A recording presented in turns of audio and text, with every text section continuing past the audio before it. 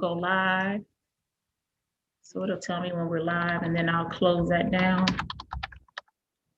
It's scheduled to be, and I have to leave right out because I left my iPad somewhere. Oh, let me, is it okay if I video this, record this? Absolutely.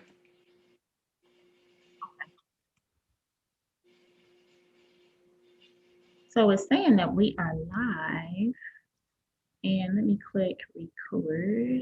I don't know how people do this. You know, I am. We are learning as we go. It looks like you're recording. It just started. Okay.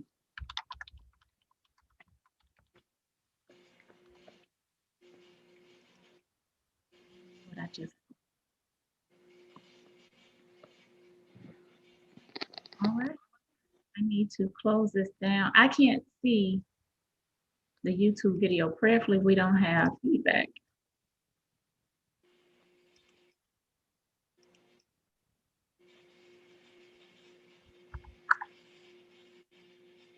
Okay. Hi, good evening. It is me, Michelle, and I am here with Baba Mwangi Eric Kwesi. Baba Mwangi, how are you? Near perfect and lovely. How are you today? I'm doing wonderful. We are here for our colloquy with you. I'm so thankful that we had the opportunity to finally get together and just talk and talk about. Is this your first book? That is my first book. Yeah, talk about your first book, first edition, then Subtraction, discovering your baseline for the healthiest version of you. I have read this book, Baba, and it's been a blessing. I want to just basically just kind of start from the top and just kind of ask you, like, who is, because there are people that don't know you. They're not familiar with you, because when I just said your name, some folks are going to tune in and be like, oh, I know him. And the others going to be like, who is he? And, who is he? And where does he come, writing this book about health? So can you tell us who Baba Mwangi Eric Kwesi is? I'm a healer, first and foremost. Mm-hmm. Fitness and health enthusiast since I was a child. I actually had my first client when I was 10 years old, teaching my mom how to swim. Mm-hmm. So health has been literally health and wellness have been a part of my life since childhood. It's not what I do, it's absolutely who I am. And the book covers what I consider to be the 9 pillars of holistic health. Okay. And what are those 9 pillars? Those 9 pillars are meditation, water, your relationship with food, your relationship with your weight and waste management, i.e. what you extricate from your body, your relationship with sweat, how you manage stress, your relationship with raw enzymes and live foods, and how well you know yourself. So basically, those 9 pillars are basically the 9 chapters in your book. Yes. And each of those chapters, at the end of each one of them, I'm kind of just skipping through, you have a lab. A lab, yes, indeed. I read the book, Baba. Can you explain, like, the setup, why you set it up like that? Why did you choose to set it up like that? So many times people will offer wonderful advice, information, tidbits, but you have no roadmap for how you can fold these things into your daily routine. So the labs provide you with easily applicable tips, strategies, and techniques that you can actually pick and choose through, because each of us has to find the formula that works for us. And so that's the idea of the lab. Pick what you think will work for you. If it doesn't work, pick something else. I love that. And I was just going to say that I love how you wrote the book, and that even in the book, you say the goal is for the reader to incorporate either some or all of the tips in the book into their daily routine. You said you don't want it to be disruptive or intrusive, to help the individual create their own personal maintenance, health maintenance plan. And I think that sometimes when we read different books and we're watching videos, sometimes, in the midst of it, you can feel a little judgment when it comes to it, or the way it's presented is as if there's only one way, or this That's is right. the way where you can do it, and it's not. And you address that in the book, and that's one of the things that I really enjoyed about reading the book, is that you just seem really patient, like the person you are. I see that in this book, y'all. This is the book, and it is 98 pages, and it's a really easy read. And it really is thought provoking. I've marked all through it in ink and highlight, because that's how I read, on different things to go back through. So even as I was reviewing my notes for our colloquy today, I was just like, oh, I missed this, and oh, let me add this, and I'll go back to this particular thing. So it's a really good read. Question: why the title, first edition, then subtraction? So the title speaks to my overall philosophy, which is, we live in a world where everything is dominated by don't do this and don't do that. And that's a recipe for failure. You can never accomplish anything by focusing on what you don't do. I'm going to take a brief left tangent and give you my favorite example. There are a ton of people out there that stand up proud and say, I don't eat meat. Okay. What do you eat? Right. You eat dilators, you eat Pringles, you eat Doritos. You're not defined by what you don't do. Right. You're defined by what you do. Right. So first edition means add something first. And the theory is, if you add a positive, healthful practice, habit, routine, and begin to practice that on a daily basis, subconsciously, that will push something negative out without you even thinking about it. That is absolutely true. In your book, you gave us a challenge to incorporate an apple, an orange, a banana, and a carrot. Yeah, there's 4 things or 5 things. I feel like I'm missing something. 4. No, you hit the 4. Okay, so it was 4 things. So when I'm hungry or I have a desire for something, to do that. And then also I told you I read. And then also in the book, it says when you're hungry or when you think you're hungry, to give us some things to consider. What are those things that you wanted us to consider when we think we're hungry and we want to eat? 90% of the time when people think they're hungry, they're actually thirsty, because the area of the brain, the hypothalamus, which regulates hunger, also regulates thirst. And so we mix those signals up all the time because we're programmed to eat, instead of being programmed to, no, simply get something to drink, and that will satiate what your body is craving right now. Yeah. That's good. And you also mentioned in the book about, like you said, the pattern. It's like, okay, so when I wake up, what's the first thing that I should do? Eat breakfast. But lately, because I've changed my diet and just changed it back, I find that I'm still full, maybe from the night before, and I'm not ready to eat. Exactly. Yeah, and then also in your book, you tell us to drink at least 40 ounces of water. Was it like the first 2 hours that we wake up? That we should drink the water? When you first wake up. And the analogy is, imagine if you had a bucket of water and you dumped it into a toilet, it's going to force flush the toilet. That's what you're doing to your body by drinking 40 ounces of water as soon as you wake up. Because what happens is, during the day, just moving around, you're losing water weight. But if you flush at the beginning of the day and get all that water out at the beginning, now during the day, when you're walking around, moving, sweating, you're actually burning fat instead of just water weight. So question for clarity, do you want us to really drink the 40 ounces back to back until we get to, for example, I have this 21 ounce cup and I monitor my intake. So every time I do the 21 ounces, I have a little app, water remind app, and I let them know so I can keep up with my water intake. So you want me to do 2 of these and then 2 of those just back to back to really push whatever's in there out? Yes. I just want clarity, and somebody else does too. For someone that may be tuning in a little bit late, we are here with Baba Mwangi Eric Kwesi. He is a fitness trainer, nutritionist, dietitian, healer, and food pharmacist, and he is also the author of his first book, first edition, then Subtraction, discovering your baseline for the healthiest version of you. So, Baba, we are in the middle of the pandemic. The numbers are rising. And, folks are, prior to the pandemic, some of us were probably on this roller coaster called life. And Can you give us you have posted some videos lately in regards to COVID-19 and your thoughts regarding we're taking vaccines. You've also given us videos on immunity. Can you kind of speak to what, where your heart is and what you think we should be doing as a people as far as our immune system and kind of talk about COVID? Absolutely. So I'm going to encapsulate what you asked in 4 points.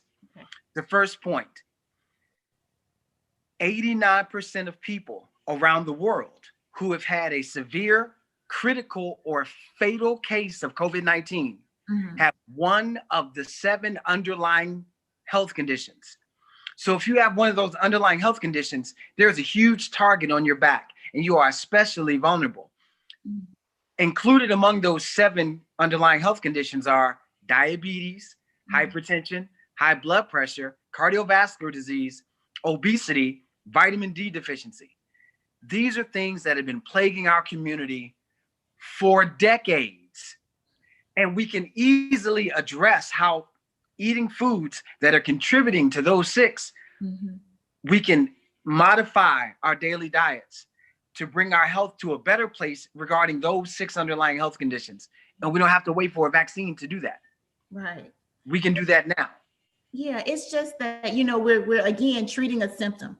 So we're not addressing the socioeconomic issues, the policies, the structure of our systems that created the communities that we live in, that feed us. That's not being addressed. You know what? We're going to come out with this vaccine.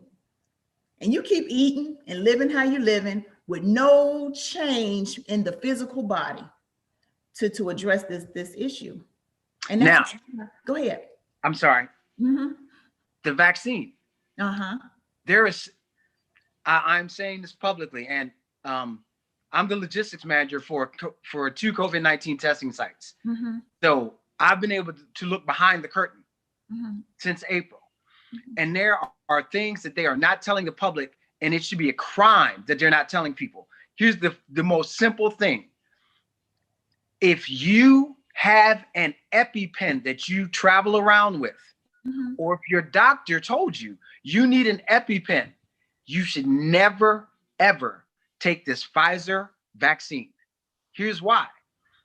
In England, there's a regulatory agency called Medicines and Healthcare Regulatory Agency. And they have determined that if you have a history of anaphylactic reactions to food or medicines, you should not take this vaccine. And so if you have an EpiPen, you have it because you're in danger of going into anaphylactic shock from your food allergies, which means you should not be taking this vaccine. And they've not said that publicly. And I think it's so irresponsible that they've not said that. I wonder why they're choosing not to say it. I know some mention has been made about Bell palsy symptoms. Yes. Some people have taken it and it's been shown on the news, but it hasn't really been kind of like an alarm put out as to some of the side effects that could possibly come with taking a vaccine. And they're coming, period. The most egregious thing about this entire vaccine is the 3rd phase of clinical trials is to determine what are the long-term impacts and effects on human beings. There's been no time for that. So now we're going to find out as people are suffering. Right. I got you. That's an excellent point. And so some people are still, leery because of that, because it happened too fast. But because they want to just end the pandemic and go back to normal. And that's really wasn't normal. Right. That's not going to happen. And it shouldn't happen. I think this is the perfect time to just restructure how we do everything. But then that's where a tug of war in regard, literally, unfortunately, with power and structures and systems, there are a lot of systemic things that just need to be addressed in a basic way, Absolutely. Yeah. Wow.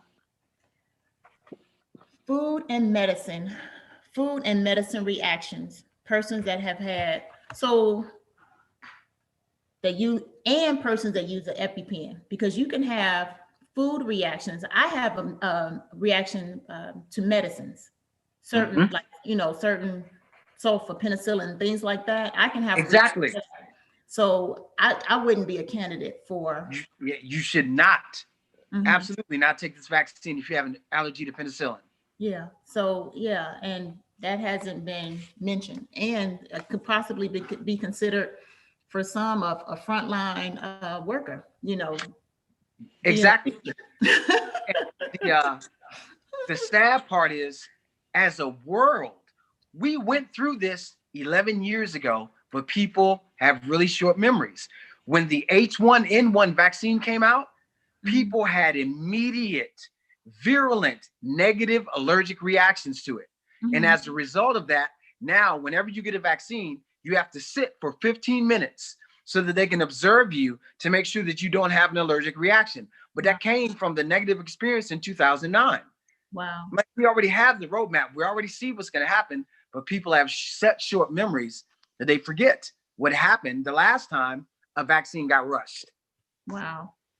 My prayer is that someone's able to. And I will say this: I saw some commercials come out and some news reports where they did address why some, mostly the African persons in the African American communities, don't want to take the vaccination. They mentioned the Tuskegee experiment. They mentioned Henrietta Lacks and things like that. And I don't. And what I've noticed when they're showing people get shots and get the vaccine is that they're having African American people give the vaccine.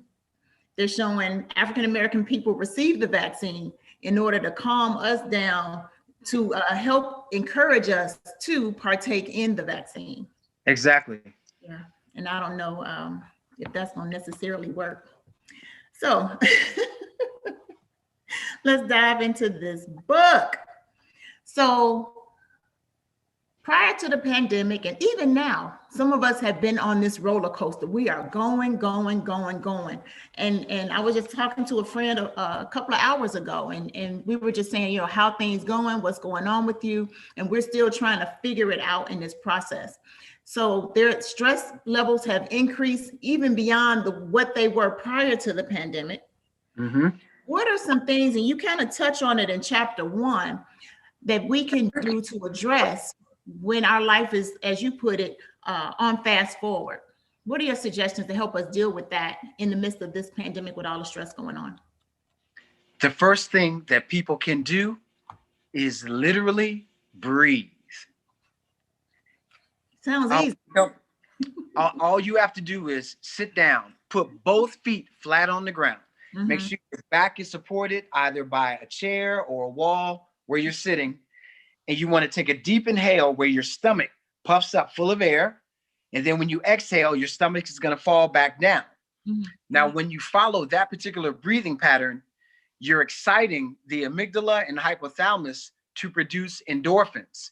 Mm-hmm. Endorphins are the body's natural opioids, and they induce a natural state of peace and calm. Mm-hmm. It happens instantaneously. It doesn't take an hour's worth of meditation or 30 minutes. Literally, when I meditate, some days I meditate for 3 minutes and 17 seconds and I'm done and I'm great. Mm-hmm. That's all I needed. And we all just need that brief bubble of just peace Mm-hmm. and calm. And because your body is producing endorphins, when your meditation is over, you're carrying these endorphins for the rest of the day. So you have this euphoric feeling that is real because it's physiologically induced. Mm-hmm. And that's one of the secrets that I really wanted to reveal to people in chapter 1, which is the antecedents of peace are physiological, not psychological. That's good. Thank you, Baba. I like in the lab how you have steps that we can take, that the reader can take in regards to, can you see me? I can. I'm sorry, I just lost my screen. How when you have steps that the reader can take in regards to meditation, in regards to getting a particular place, and then you have step 2, where you give us some recommendations on music that we can listen to. But it's not just radio waves or frequencies. You give us a playlist. Can you talk about this playlist and how you chose it? So the playlist, literally, I have listened to, Mm-hmm. meditated to, and love every single song on that playlist. Mhm. And it's a diverse list because I want everyone who reads the book to Mhm. somewhere in that list see a song like, oh, I know that song. Yeah. Because we have this, there's a pervading image and illusion and misconception Mhm. that you can't meditate to music with lyrics. Mhm. You can only meditate to certain songs. That's not true. Mhm. Your brain locks into music, and music that has a certain melodic resonance can Mhm. take your brain and push it from beta waves to alpha waves. And that alpha wave resonance in your brain brings about the formation and production of endorphins. So Mhm. literally just zoning into that music and having your breathing match the music and the rhythm, and then your heart rate slows down, and Mhm. then the endorphins come pouring out, and it's all from that song. We've all, I'm not going to say we've all, but many people have had the experience where you drive to work and you sit in the car jamming to a song before you go into the office. Right. You're actually meditating because you are so ensconced in the moment Mhm. that your heart rate decreases, you're smiling, you feel great. That's meditative calm and trance. That's good.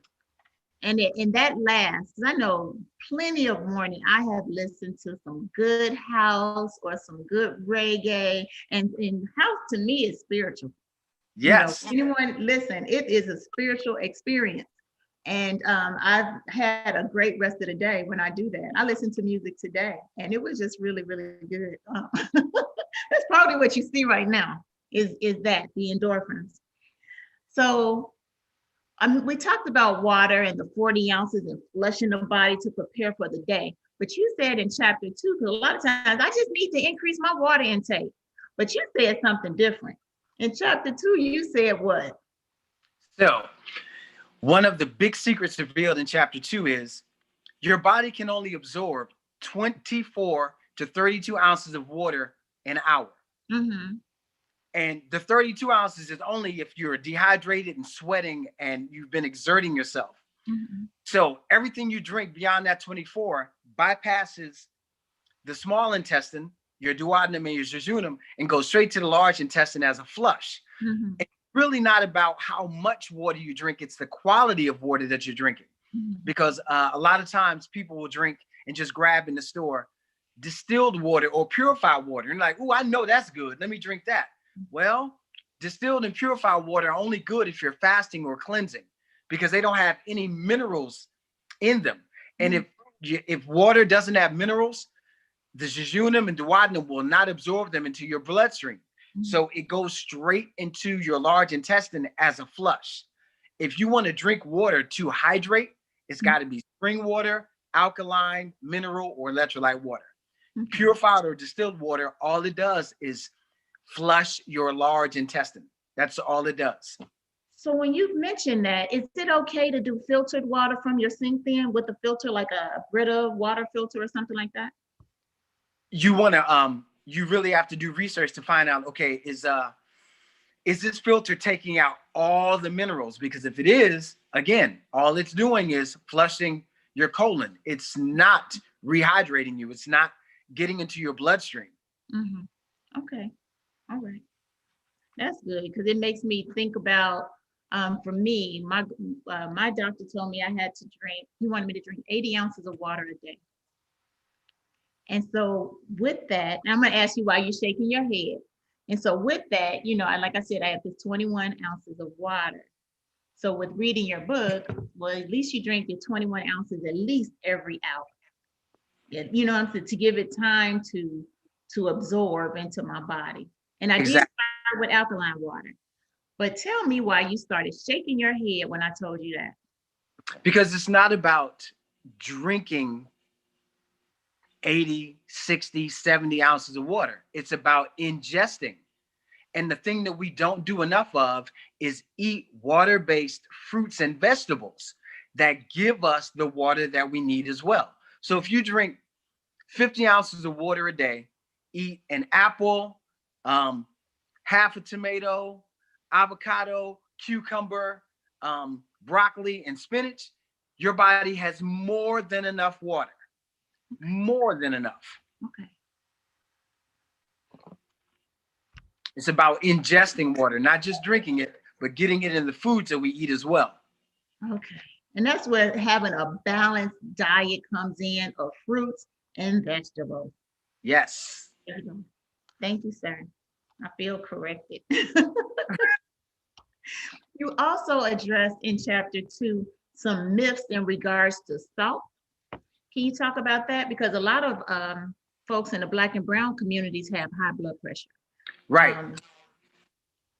But So you say that salt is necessary. Can you talk to salt that? is absolutely necessary. Because we have a community where hypertension and high blood pressure are literally killing us. We've gone to the other extreme, which is salt is bad. Salt is bad. No, it's not. Mhm. We need sodium because sodium is how your cells absorb water. If you don't have any Yeah. salt in your body, your cells have no way to absorb and retain the water that we need for hydration. So what you want to do is literally look at what are the foods that I'm eating? What is their sodium content to determine, am I giving my body the amount of sodium that it needs? And Mhm. this sprinkling salt on food, most of that is chemicalized anyway, so that's hurting us. But many foods, especially vegetables, broccoli, spinach, tomatoes, red, orange, yellow peppers, have natural sodium that our body uses to Mhm. absorb and then hold on to water. And that transitions us right into chapter 3. And you kind of touched on it when we opened up about not eating just because it's time to eat. Woo! Listen, but then you talk about the difference between eating for taste and focus on the taste of the food and in our behaviors and all of that. Can you dive a little bit deeper into that? Because that was actually real good. That was good reading. Absolutely. So my theory is the worst habit ever developed by humans regarding eating was eating according to the clock. Because if you watch most people, they'll be like, ooh, 8 a.m., time for breakfast. Ooh, 12 o'clock, time for lunch. Ooh, 6 o'clock, time for dinner. Yeah. Are you hungry? Mhm. If you're not hungry, don't eat. When I want to get to the point that you just brought up, more so than just when we're eating, but what we're eating. So I love food. My favorite vegetable, one of my favorite vegetables is broccoli. Mhm. If you put a plate of broccoli in front of me and right next to it, you put a plate with some strawberry shortcake, oh, I'm gonna eat the strawberry shortcake. I'm not gonna lie, I'm gonna eat it. You gonna But eat it first or after the broccoli? I might not eat the broccoli. I might be full. But I'm not gonna do that every day or even every week because eating for taste is Mhm. going to hurt me in the long run. So you have to eat for nutrition and taste because it's not nutrition or taste because broccoli is wonderful, especially if you know how to season it right. Right. Anything can be wonderful if you season it so that it's great for the palate as well as being great for your body. But Mhm. oftentimes our only consideration is, does it taste good? Well, I mean, Doritos taste good, but Doritos will straight up kill you. They will. That's good. That's good for you. You told us to eat for fuel, nutrition, replenishment, and enjoyment.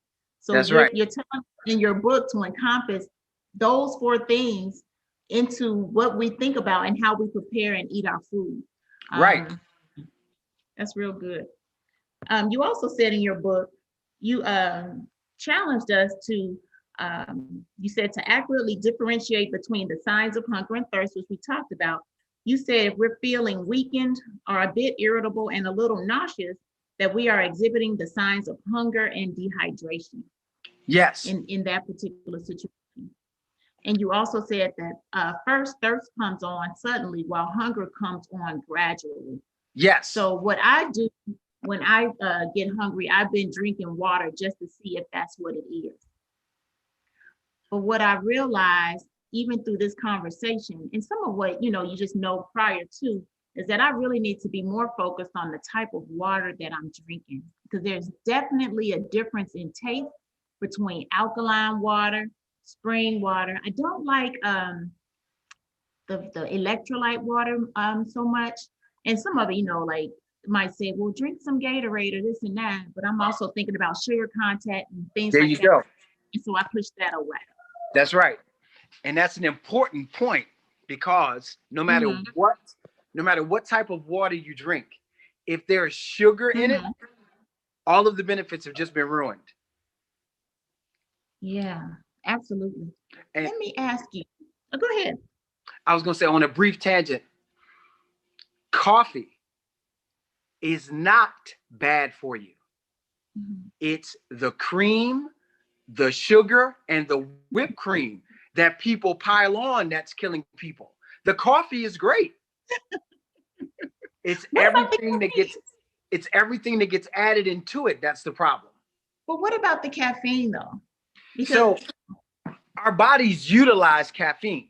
You just have to, Mhm. for example, I'm sure you know people who say, I'm no good until after I've had my first cup of coffee. Right. That's a bad sign. That means you're literally going through withdrawal, which means you're drinking too much coffee. Okay. Our bodies, Right. our bodies will always tell us. Mhm. By having coffee, every now, I do not advise anybody to drink coffee 7 mornings a week, not even 5 mornings a week. Mhm. Yeah, again, when you get irritable because you don't have it, that's your body's way of telling you, I'm going through withdrawal. I'm sorry, Barbara. You let me get this out real quick. Can I? You're good. Okay. Oh gosh, he literally wants to play. I can't play, so he's gonna be back so I can catch him. I apologize. Y'all. Come here, Muffin. Come. So let's talk about the distinction of the stomach. You in the same chapter Woo! about the belly. Can you Yeah. talk about the belly? That was good. Hit us with So, in a nutshell, every person on earth, if Mhm. you make a fist and look at your fist, Yep. that's how big your stomach is. Mhm. No ifs, no ands, no buts. Mhm. So when you eat, the power of the stomach is it can actually expand beyond this size. Mhm. And most of us eat with our eyes as opposed to the actual feeling of being full. And Right. so your stomach distends, and now you're walking around and your stomach's poking out all the time. And you're like, okay, that's the size of my stomach. No, it's not. That's Mhm. the size of your distended stomach. And a distended stomach over time is an Mhm. invitation for disease. You're right. So listen. So basically, when we talk about portioning our foods, I think that we are conditioned to just overeating, eating too Mm-hmm, much. So mm-hmm. even when my dad would say, after I fixed my plate and I had all this extra food on my plate, your eyes are bigger than your stomach. That's right. That's right. That's what you say ties into that. Mm-hmm. We're overeating. We're not eating to satisfy. Or we're trying, maybe in certain situations, we're eating to satisfy not our physical body, but maybe an emotional something. That's where Absolutely. emotional eating comes from and spiritual type things that are going on with us individually. Mm-hmm. Real good.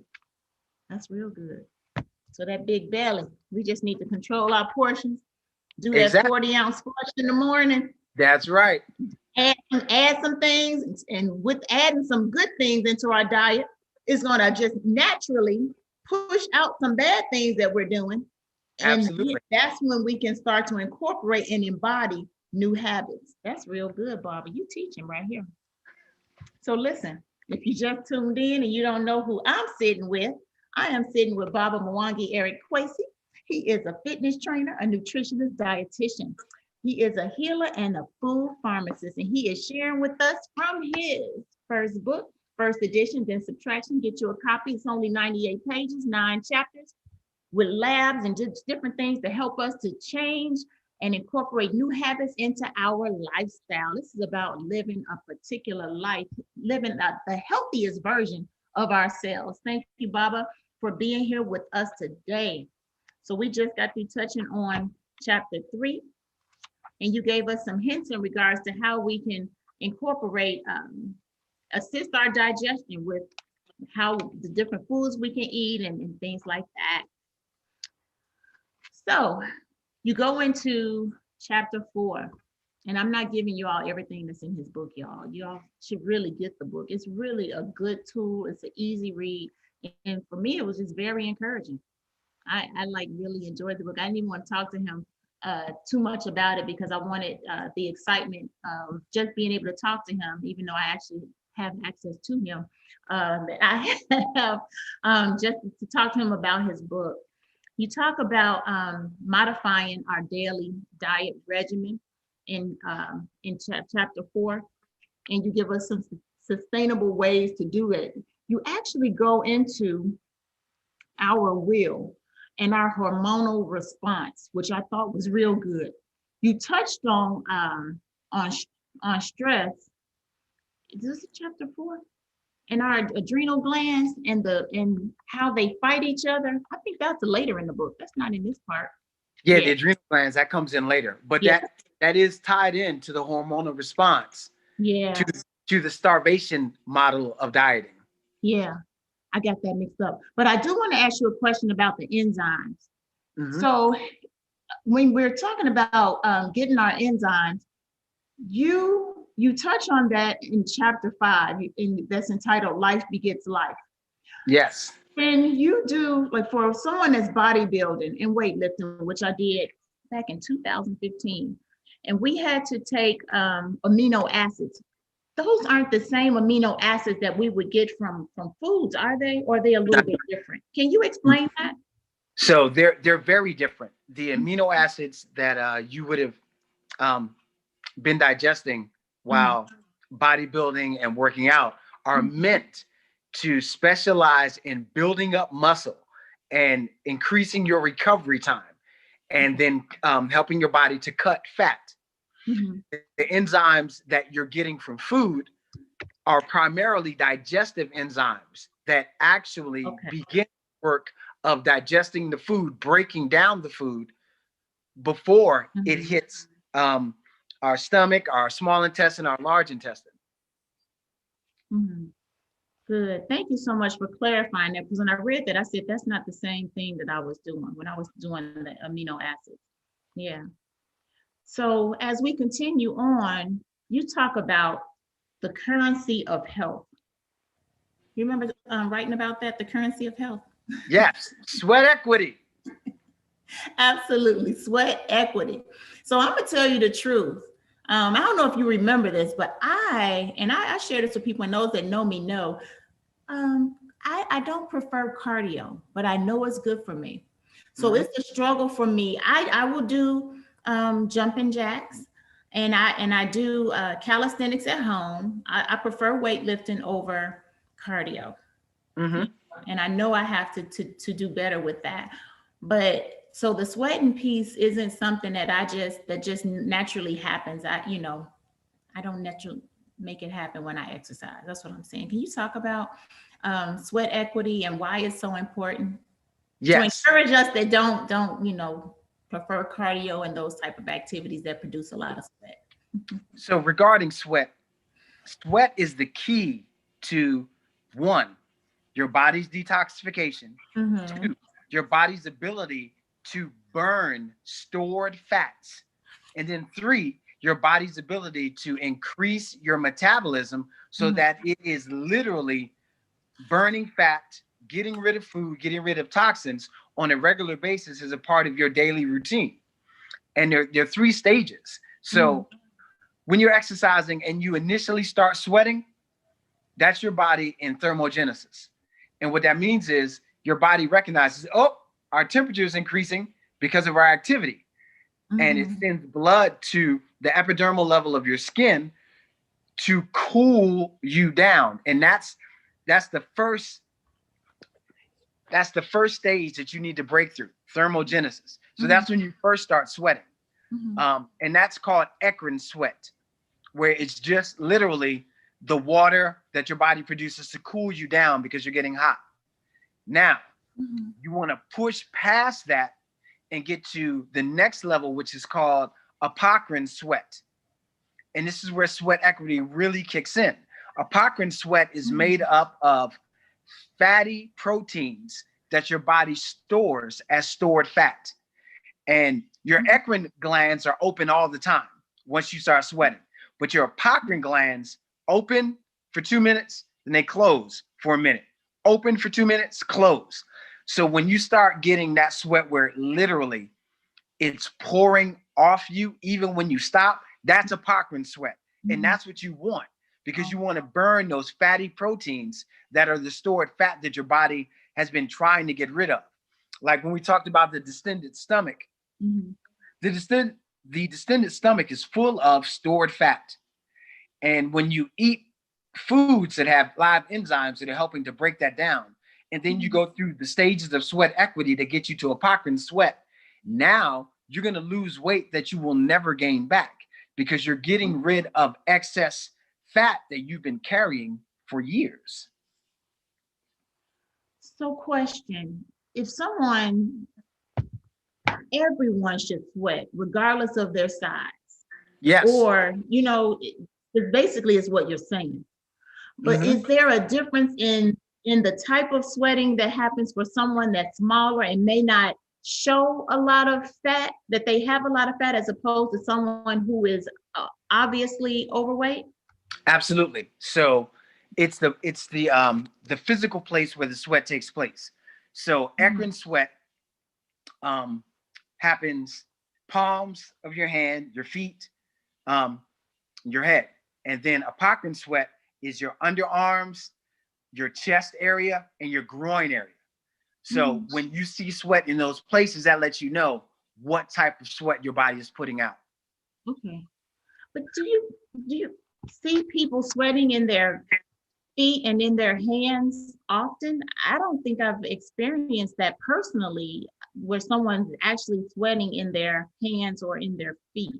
Like, maybe someone is bald-headed or something, you might see the sweat or feel it, but I don't know if I've ever experienced sweat in my hands. What would be the occasion that something like that might happen? When you're working out, and as a matter of fact, so you used to work on bodybuilding. Did you use gloves? Yes. Why did you use gloves? Okay. I use gloves so I can grip and hold the weights, the different bars that, if I was bench pressing, whatever. Right. And the reason that you can't grip it is because your hands are sweaty. Got you. Okay. It's just the light, I guess, something that you don't really know. The sweat that you see in the palm of your hands and the soles of your feet is not as plentiful as what you would see in your head. Got you. I got you. All right. Don't get amped out. Stay blissed out. Blissed out. Yes. What do you mean when you say that? Because I'm somebody that just gets amped up, and it's not good, because I can just stay amped, and then get into a tight little something. And it's a challenge for me to calm down, to be honest with you. And so I have been trying to breathe intentionally, because I know that I don't. Can you talk about, kind of help us through that? For those of us that get amped, explain what it is to get amped up so that we can understand what you're talking about here, and then help us to kind of get through that. So when you get amped up, as we're saying, what you've done is you've activated your adrenal glands. And your adrenal glands are overproducing cortisol. The overproduction of cortisol is what the problem is, because cortisol is the stress hormone. So when your adrenal glands kick in and your body produces adrenaline, like when you're working out or when you're angry or when you're in traffic, your heart rate increases, your body temperature increases, your pulse increases and quickens. Your body is literally under stress. Now, what I compare it to is a pendulum. So when adrenaline kicks in, like let's say right here's our point of peace, 0. When adrenaline kicks in, you go from 0 to 60 instantaneously. Now at 60, you have more visual acuity, you can hear better, you're stronger, you're faster. The problem is, as soon as the adrenaline bleeds off, when the pendulum swings back, it doesn't stop at zero. It swings over past zero into the negative numbers. And when it gets into the negative numbers, that's when you feel depleted. That's when you feel depressed.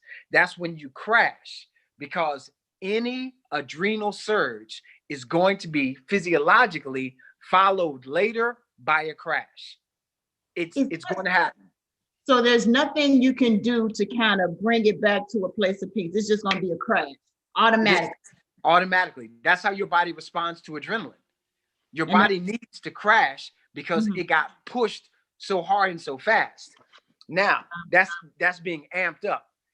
If you stay blissed out while working out, instead of the pendulum, you're on a step ladder and you're going up one step at a time. You're like, okay, you get into a groove. Now I'm going 2 steps. Now I'm going 3 steps. So when you get up to step 60, you've got the same visual acuity as you had with the adrenaline surge. Your hearing as well is just as good. You're stronger, you're faster. But when you come down, you come back down to zero. You don't go into the negative numbers. And so the key with being blissed out is, while you're working out, breathe deeply and slowly to produce endorphins that bliss you out so that you get all the benefits of your increased strength and speed and visual acuity, but you don't activate the adrenal glands. Therefore, you don't have to deal with that crash after it's over. That's basically what you talked about in that chapter. Reading The Pendulum Effect and The Graduated Ladder really, it just blessed me, because I saw myself in that, and just thinking about the impact of that pendulum and swinging all the way over and being in that mode on a regular basis and crashing and up and crashing, what it can do to us, not only in our physical bodies, but mentally and emotionally and all of that. Absolutely. That's a lot. That cortisol, when cortisol is coursing through your system and it increases your heart rate, you get physically agitated. But when you remain physically agitated over time, it takes on an emotional expression. So you will literally be irritated and upset and angry, like, why am I so mad? Because of the adrenaline.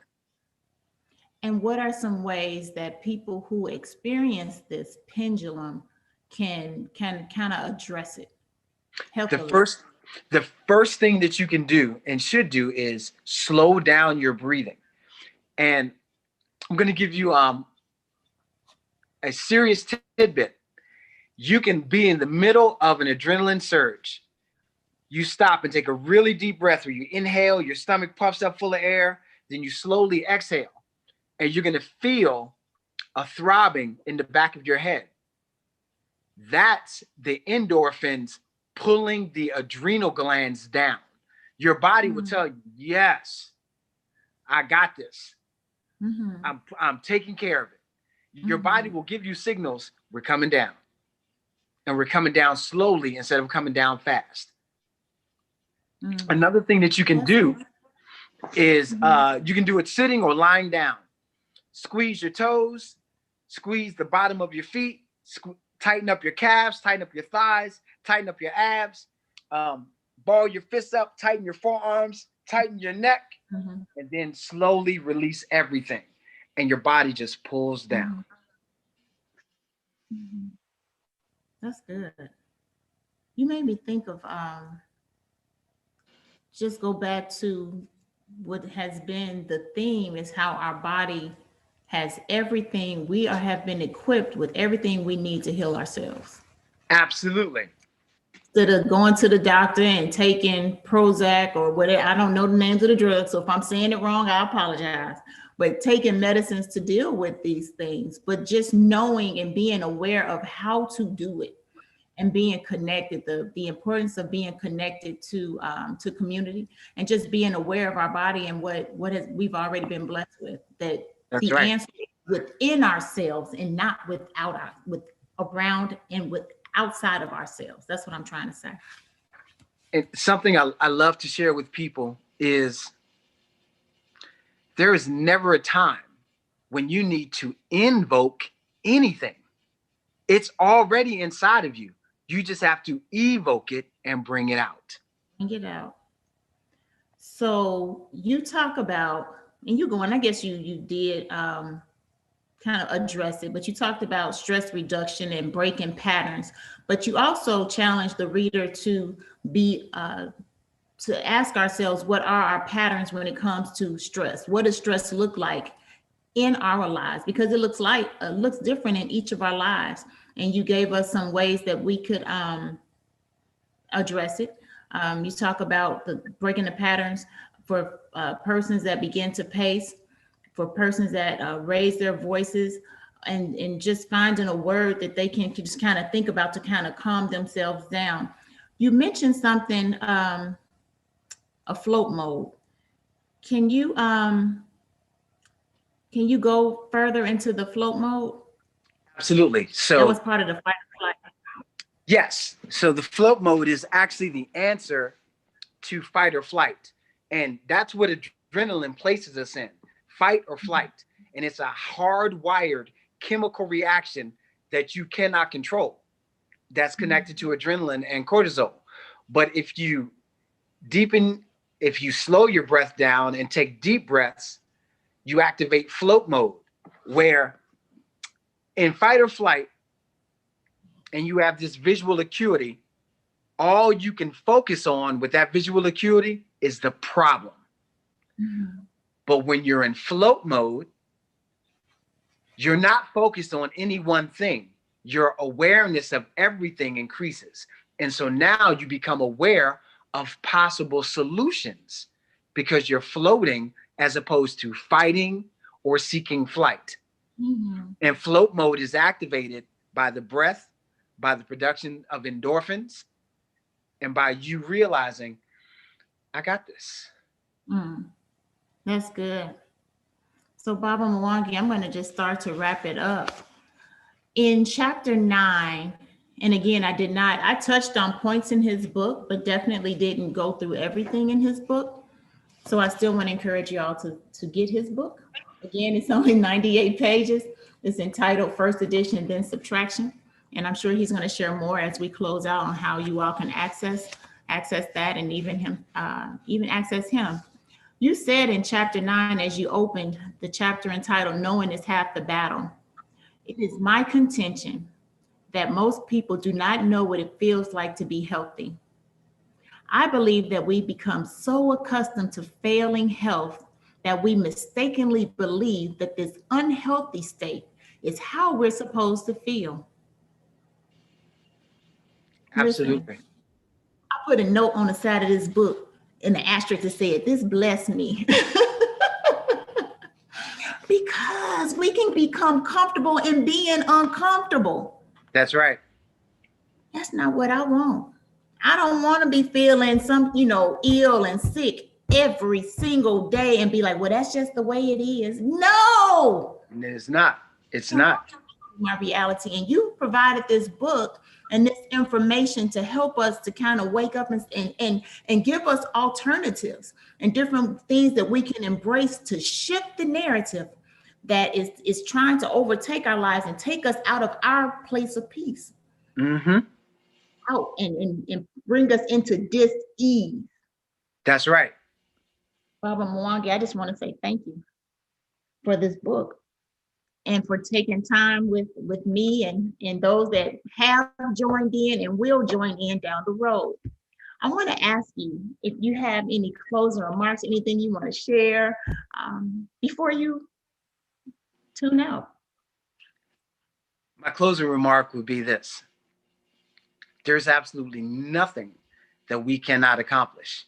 Nothing. If you believe you can do it, or if you believe you can't, you're right in both cases. That's right. How can people access your book?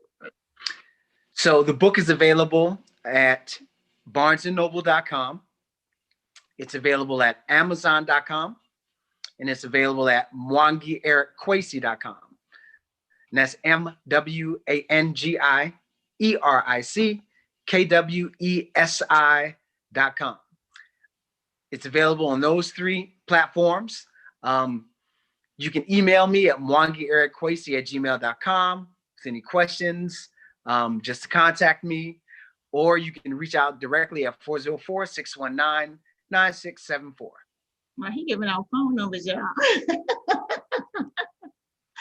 Baba Mwangi, I just want to share. Where's my screen?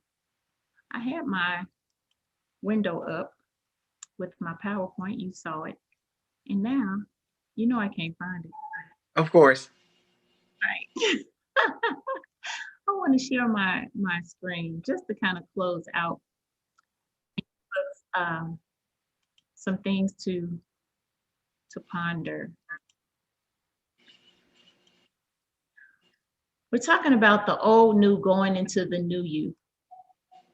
And basically, Baba Mwangi provides us a collection of new habits that create a new person. And I want to say thank you for that. And then as we close, I just want to leave us something to ponder. And it's something that Baba Mwangi actually said in his book. He tells us to enjoy every day and every step in this journey because the change you seek. Do you want to read this? You said it. You can read it. I'm sitting here smiling. He tells us to enjoy every day and every step in the journey because the change you seek, the answers you desire, will not be found in the result, but within the process itself.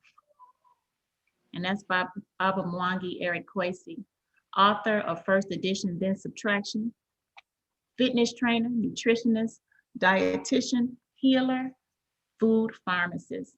Thank you once again for sharing with us tonight. I appreciate you. I appreciate thank you. Absolutely. Thank you all for tuning in to Colloquies with Michelle. The next colloquy will be January 5th, which is a Tuesday at 6:30 with the doctors, Brandon Williams and Doctors Joseph Fowler, as we discuss the circulatory and respiratory system and stroke, where we will have guests with us, Umi Mau, also, whose name is Abena Antwi. So look forward to seeing you all then. You all have a good night. Bye-bye.